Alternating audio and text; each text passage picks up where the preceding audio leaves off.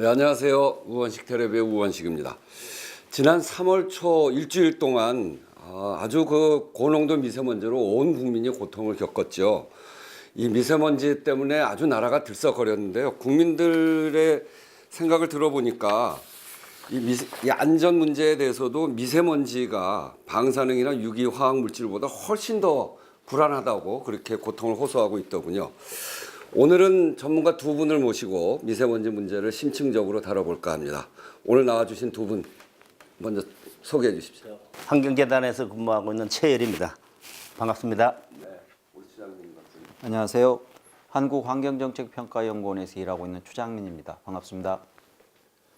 먼저 추장민 우리 선임연구원님께 그 지난달 서울의 초미세먼지의 평균 농도가 45 마이크로그램이었더라고요.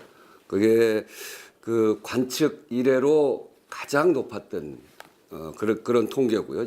일일 평균 최대 농도도 129 마이크로그램이어서 그것도 5년 동안 가장 나쁜 수치였던 것 같아요. 이 미세먼지의 경보 또 주의보 이것이 2017년에 11차례, 2018년에 14차례였는데 올해만 해도 벌써 18차례나 이렇게 됐어요. 이처럼 고농도의 미세먼지가 이렇게 많이 나타나게 되는 그 원인이 뭔지, 그리고 또 과거보다는 왜 이렇게 많이 나타나는지 먼저 좀 말씀해 주시죠. 최근에 그 고농도 미세먼지가 빈발하는 요인에 대해서 다수의 과학자들이 기후변화 영향에 의한 대기 정체로 꼽고 있습니다.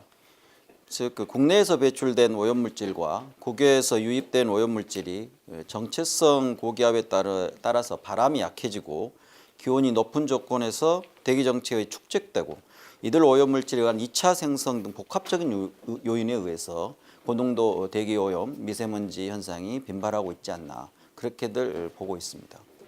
그러니까 기후변화하고 직결되는 문제죠. 네, 상당히 영향이 높다 이렇게 보시면 될 것 같아요. 고緯도에서의 그 북극 지방에서 온도가 낮고 중위도에서 온도가 높으면 서로 밀어내는 힘에 의해서 편서풍이 강해지는데 기후변화로 인해서 북극 지역의 온도가 낮아지면 서로 밀어내는 힘이 약해지면 당연히 이제 편서풍의 빈도나 강도가 줄어들게 되는 거죠. 그로 인한 대기 정체 현상이 빈발하고 있다 이렇게 보시면 될 것 같습니다.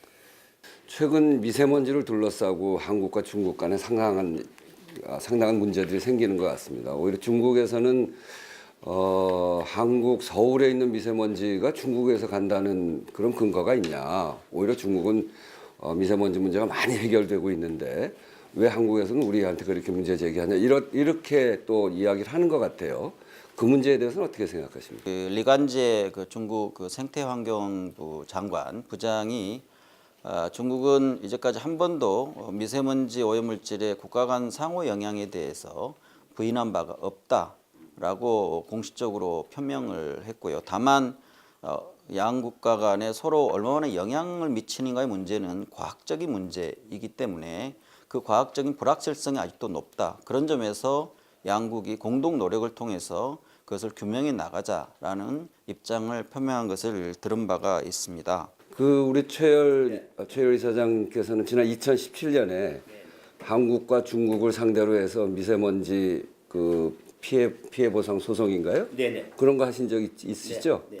그 미세먼지가 많아진 거는 뭐 한마디로 말씀을 드리면은 탄소 통조림, 석탄, 석유, 가스 이게 다 통조림이거든요. 통조림을 태워서 나온 게 온실가스고 또 태워서 나온 게 미세먼지고 그걸 화학적으로 합성한 게 플라스틱이거든요. 그러니까 저는 이 탄소 통조림을 많이 태우기 때문에 나타나는 게 제일 중요하다고 생각합니다. 그거는 우리나라도 지난 30년 동안에 에너지 소비량이 한 8배가 늘어났고요. 중국도 세계의 꿀뚝이 돼서 미세먼지가 또 많이 늘어나고 그래서 미세먼지가 많이 늘어난 데다가 지금 추 박사님 말씀하신 대로 기상 조건이 옛날같이 바람이 많이 안 부니까 그것이 축적이 돼서 나타나고 있는데요.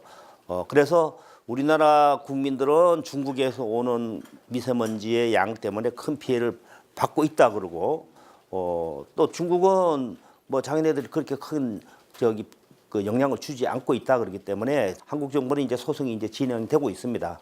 재판부가 그래도 훨씬 더 관심을 가지고 우리가 생각한 것 이상으로 좋은 재판의 결과가 나온다고 봅니다. 예, 이런 부분을 통해서 관심도 가지게 하지만은 한국과 중국과 이제는 과거와 같이 그렇게 피할 것이 아니라 서로 협조해서 감축을 하고 또 감축할 수 있는 비용이라든지 기술 같은 거를 교류해서 양쪽에 있는 인민이나 국민이 좀 쾌적하게 살 수 있는 그런 것을 좀 앞당길 수 있는 방법으로 저희들이 소송을 제기한 거죠.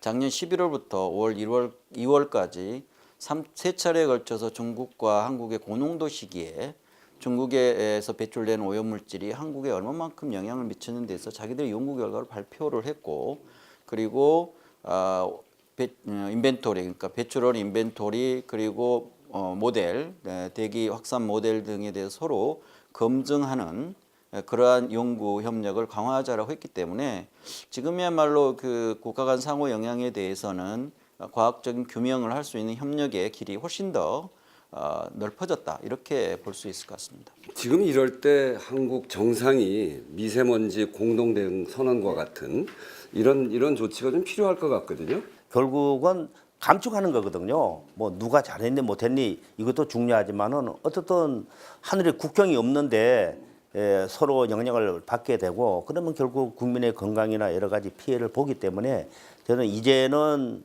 중국이나 한국의 정상들이 직접 만나서 이 문제를 해결할 수 있는 아주 구체적인 내용을 담아내야 된다고 봅니다. 그것은 한국과 중국만 하는 것이 아니라 한국과 중국, 일본, 그다음에 북한, 그리고 뭐 러시아, 몽골 이런 데까지 해서 조금 더 넓혀서 감축을 할 수 있는 그 시스템을 만들고요. 중국이 좀 중심이 돼서 좀 더 적극적으로 좀 줄이고 우리나라는 또 산업 구조가 워낙 그 에너지를 많이 쓰기 때문에 에너지를 줄이는 그런 시스템으로 이제 이번 기회를 통해서 좀 전환할 필요가 있지 않나 이런 생각입니다. 이 우리 정부가 그 국외 영향 비율을 계절 또는 이제 여러 가지 기상 조건에 따라서 상이하긴 합니다만 평상시에 중국, 북한을 포함해서 국외 영향이 대개 30%에서 한 50% 정도 이렇게 보는 것 같아요. 그리고 고농 도시에는 한 60에서 80% 정도 이렇게 정부에서는 그렇게 이야기를 하고요. 그리고 2017년에 서울연구원에서 발표한 것도 봐도 서중국 등의 국외가 한 49%에서 55% 정도 이렇게 된다고 그래요. 지금 말씀하신 대로 중국은 최근 몇 년간에 걸쳐서 소위 파란 하늘 보위 전쟁 뭐 이런 이름까지 붙여가면서 지금 미세먼지를 줄이기 위한 노력을 굉장히 많이 하고 있지 않습니까? 이제 그 부분에 대해서 우리 추장민 연구원님께서 중국이 어떤 노력을 하고 있는지 좀 소개를 해주시죠. 예, 2014년부터 17년까지 그 대기오염 방지 행동 계획, 소위 이제 중국말로는 대기 10조라는 계획을 5년간 실시를 해서 예를 들면 북경시 같은 경우는 원래 PM2.5의 목표치, 2017년 목표치가 60 立方미터당 60 마이크로그램이 있는데 58로 해가지고 또 높게 달성을 하는 등 굉장히 성과가 있었고요. 그리고 말씀하셨듯이 푸른 하늘 보이전이라고 해서 작년 2018년부터 2020년까지 3년간 보이전을 실시를 하고 있습니다. 이 지난 그 5년간 그 노력과 지금 현재 새롭게 3년간의 가장 큰 차이라고 한다면 아예 PM2.5를 주요 타겟으로 아예 그 집중적으로 정했다라는 것이 가장 큰 차이가 있을 것 같고요. 그리고 이제 여러 가지 오염 물질의 배출량을 뭐 2015년 그러니까 좀 이렇게 기준이 상향된 거죠. 예를 들면 아황산가스나 낙스 같은 경우는 2020년까지 2015년대에 15% 감축한달지 이러한 구체적인 감축 목표를 정해서 실시를 하고 있다, 그렇게 보시면 될 것 같습니다. 근데 굉장히 이번에 그 강조되고 있는 중점 저감 대책으로 뭐냐면 중점 지역에 우리랑 비슷하게 가을 겨울철에 대규모 행정 인력을 동원해서 감찰을 강화하는 것, 우리와 마찬가지로 경유차를 이제 폐쇄하거나 경유차를 이제 다른 어떤 친환경차로 바꾸는 그런 정책, 그리고 VOC 저감 대책들이 새롭게 지난 5년과는 다른 대책으로 되고 있다, 이렇게 보시면 될 것 같습니다. 그리고 우리가 지금 여러 가지 논란이 되고 있는 비상저감 조치의 실효성이 좀 논란이 되고 있지 않습니까? 중국도 이번 3년간에서는 비상저감 조치의 실효성을 제고하기 위한 그 비상저감 조치의 그 저감 효과에 대한 그런 평가도 실시를 하면서 그 적합도, 즉 비상저감 조치의 오염저감 적합도를 높이는 그러한 정책도 함께 실시하는 것으로 알고 있습니다. 한국과 중국 간의 장관 회의도 하고 이제 뭐 더 나아가면은 그 정상들 간의 공동 선언이나 정상들 간의 의제로 삼아서 이 문제를 집중적으로 해야 되는데 그렇게 하려면 중국이 하고 있는 일들에 대해서 우리가 분명하게 잘 이해를 해야 된다 이렇게 생각하는데 그런 점에서 보면 우리 저 추장민 그 선임연구원이나 우리 최열 이사님께서 말씀하신 대로 중국은 굉장한 성과를 내고 있는 게 분명한 것 같아요. 베이징도 이미 그렇게 목표를 달성하고 있고 또 국가 대기 오염 방지센터, 연합센터 이런 걸 만들어서 여기에 과학자를 2,800명인가가 투입이 돼 있고, 2,900명이 투입이 돼 있고 또 그 제가 갖고 있는 자료 보니까 18,000명의 단속 인원을 넣어서 전국적으로 지금 그 대기 오염 부분에 대해서 이게 그렇게 아주 강력한 단속을 하고 있고. 9,976곳 사업장을 폐쇄하거나 압류를 했다고 그러더군요. 그리고 5,673곳에 대해서는 생산 제한을 했고 또는 정지 조치를 내리고 그리고 4,041명을 법 위반으로 구속을 시켰고 그렇게 하다 보니까 이제 겨울철에 이런 석유 그 난방 장치를 중단시키기 때문에 지난 겨울에는 뭐 굉장히 추위에 떨었던 사람들까지 있을 정도로 그렇게 강력하게 취했다고 그래요. 근데 그렇게 해서 대개 베이징에서 그 오염원이 되고 있는 공장들을 이쪽 서쪽으로 우리 쪽으로 옮겼는데 그것 때문에 우리가 더 피해를 본다 이런 얘기까지 있지 않습니까? 근데 그것도 전혀 얘기가 좀 다른 것 같아요. 그건 좀 어떻습니까? 예, 그 북경 시내에 있는 혹은 북경 외곽에 있는 공장들을 이전하거나 폐쇄한 것은 분명한 사실입니다. 하지만 이전보다는 폐쇄가 훨씬 많고요. 그리고 이전의 지역이 그 북경의 동쪽, 즉 그 산동성 지역이라고 하는 것은 전혀 근거가 없습니다. 그 다양한 그 지역으로 이전을 한 것이고요. 그리고 산동성은 자체적으로 원래 거기서 발전소도 굉장히 많고 그리고 앞으로도 발전소를 많이 지을 그야말로 그 발전 대성이다. 그렇게 보시면 될 것 같습니다. 더군다나 2017년에 그 산동성의 전체의 2017년이 북경하고 비교를 했을 때 그 PM2.5의 농도의 저감이 북경보다 더 높습니다. 저감률이. 그렇기 때문에 그 실제로 어떤 공장이 구체로 어디 갔는지에 대한 구체적인 데이터가 없이 그 북경 지역의 공장들을 우리에 가까운 산동성 지역으로만 이전시켰다라고 하는 것은 불필요한 오해와 양국 간의 갈등만 초래할 소지가 있다 그렇게 보여집니다. 그 제가 갖고 있는 자료를 보니까 2013년부터 2017년 그 기간 동안에 그 미세먼지 저감 상황을 보니까 베이징은 35%가 줄었고요. 산동성은 46%가 줄었더라고요.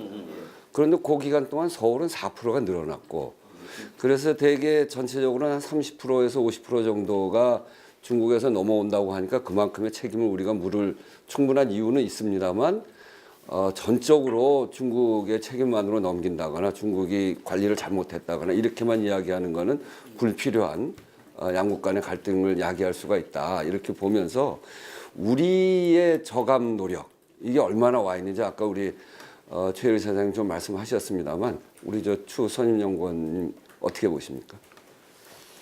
예, 그 사실은 2016년 대비해서 2018년에 PM2.5의 농도가 26에서 23으로 좀 줄어들었습니다. 그리고 나쁨 일수도 64일에서 61일로 그리고 좋은 일수도 101에서 130일로 좀 늘어난 건 사실입니다. 그래서 나름대로 정부에서 그 저감 노력을 하고 있으나 그것 자체가 국민이 체감할 수 있는 정도로 획기적인 그러한 어떤 노력들이 좀 부족한 부분이 없지 않아 있고 그리고 상당히 나열식으로 돼 있어서 예를 들면 농도를 저감하는 데 타겟을 맞춘다 할지 혹은 뭐 국민의 건강의 유해도 측면에서 무엇을 먼저 줄일 것인지 하는 우선순위에 의한 대책들은 좀 부족하지 않나 그렇게 생각을 합니다. 특히 고농도 그 미세먼지가 예측이 될 때, 예상이 될 때의 비상저감 조치의 실시 시점이 사실은 고농도 미세먼지에 대해서 오염 농도를 저감하기에는 상당히 좀 이렇게 늦은 그 시점이다. 즉 다시 말하면 하루 전에 그 고농도 시기 예상이 되면 비상저감조치를 실시를 하지만 하루 전에 실시해 가지고는 사실상 거의 효과가 없거든요. 그런 점에서 봤을 때 예를 들면 여러 가지 그 모델의 불확실성이 있기는 하지만 4, 5일 혹은 3, 4일 전부터 다양한 어떤 그 예비 조치들을 취해서 고농도 시기에 대응을 함으로써 실질적인 저감 노력이 저감 효과가 있을 수 있도록 하는 비상 저감 조치에 더 조정도 필요하고요. 그리고 이번 어떤 그 추경 과정에서 예를 들면 건강에 많은 영향을 미치는 그 경유차랄지 이런 부분에 대해서 뭐 LPG나 다른 차량, 친환경 차량을 바꾸는데 보다 더 대대적인 어떤 그 차량 교체의 조치들을 취해서 보다 강력한 미세먼지 저감 조치를 취한다면 지금보다는 훨씬 더 개선 효과가 있지 않을까 그렇게 생각을 합니다.